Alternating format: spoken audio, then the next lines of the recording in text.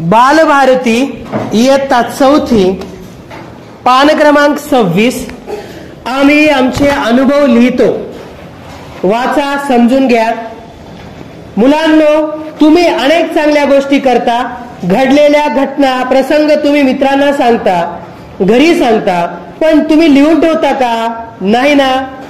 काही मुले लिहून ठेवतात. तुम्हीही लिहिण्याचा प्रयत्न करा. तुमच्याच वयाच्या सुमन सोनवणे या मुलीने लिहिलेला एक अनुभव खाली दिला आहे, तो वाचा. तुम्हाला आलेले अनुभव तुमच्या वहीत लिहा.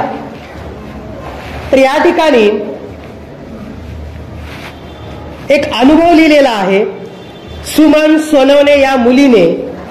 तर तिचा अनुभव वाचन करायचा आहे आणि तुम्ही सुद्धा तुमचा अनुभव वहीमध्ये लिहून ठेवायचा आहे.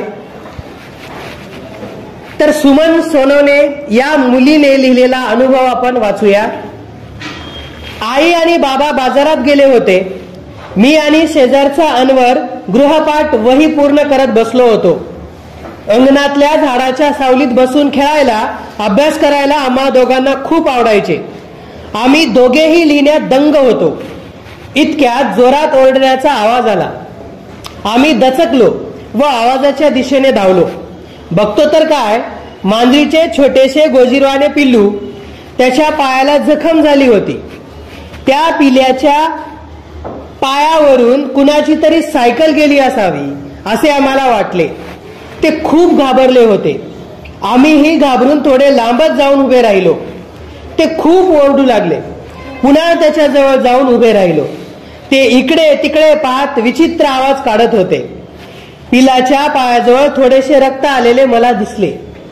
लगेच मी घरातून हळद आणली, पाणी आणले व त्याच्या जखमेवर हळद लावली. त्याला पाणी पाजले. तेवढ्यात आई बाबा आले. आम्ही त्यांना सर्व काही सांगितले.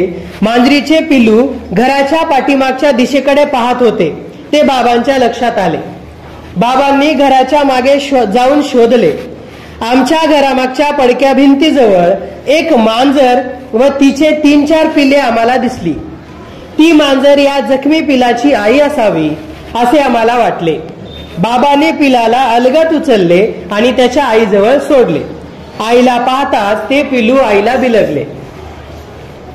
तर अशा पद्धतीनं सुमन सोनवणे या मुलीनं लिहिलेला एक अनुभव इथे होता.